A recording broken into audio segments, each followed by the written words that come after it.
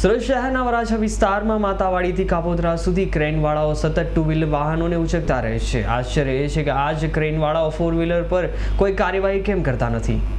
Traffic નિયમનનું કાર્ય કરવા માટે ક્રેનનો દુરુપયોગ થઈ રહ્યો છે, જેવી ઘટના સામે આવી છે। માતાવાડીથી નજીકના મુખ્ય માર્ગ પર અંદર પાર્ક કરેલી અન્ય વાહનો જે ક્રેન ઉપાડી જાય છે અને દંડ ઉઘરાવે છે। ટીઆરબી અને ટ્રાફિક પોલીસના ટ્રાફિક નિયમનનું આ દંડ ઉઘરાવવામાં વધુ વ્યસ્ત હોય છે। ટીઆરબીના યુવાનોને વાહન ઉપાડવાની તથા વાહન ચાલકને મારવાની સત્તા ન હોવા છતાં ટ્રાફિક પોલીસ કાયદાનો સરેઆમ ભંગ કરી રહ્યા હોવાનું જાણવા મળ્યું છે।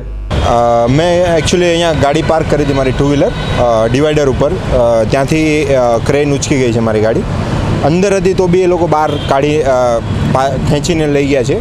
એની આગળ કેટલી બધી ફોર વ્હીલ પડી છે, પણ એ લોકો કોઈ એના પર ધ્યાન નથી આપતા।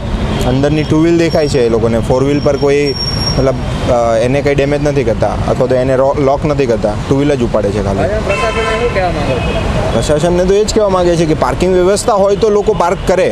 પાર્ક વ્યવસ્થામાં લોકોને કોઈ વાંધો નથી, પણ એવી વ્યવસ્થા, એવી સગવડ હોવી જોઈએ જ્યાં લોકો એને સગવડને ભોગવી શકે। ઉલ્લેખનીય એ છે કે હજુ થોડા દિવસ પહેલા સ્ટેશન વિસ્તારમાં માતા પુત્રને ટ્રાફિક પોલીસના હેલ્મેટ વડે મારવાની ઘટના બની હતી। ટ્રાફિક એસીપી, ટ્રાફિક પોલીસ તથા ટીઆરબીને કાયદાની હદમાં રાખી ટ્રાફિક નિયમન કરે તો ખૂબ જ જરૂરી બન્યું છે। Bureau report S9 news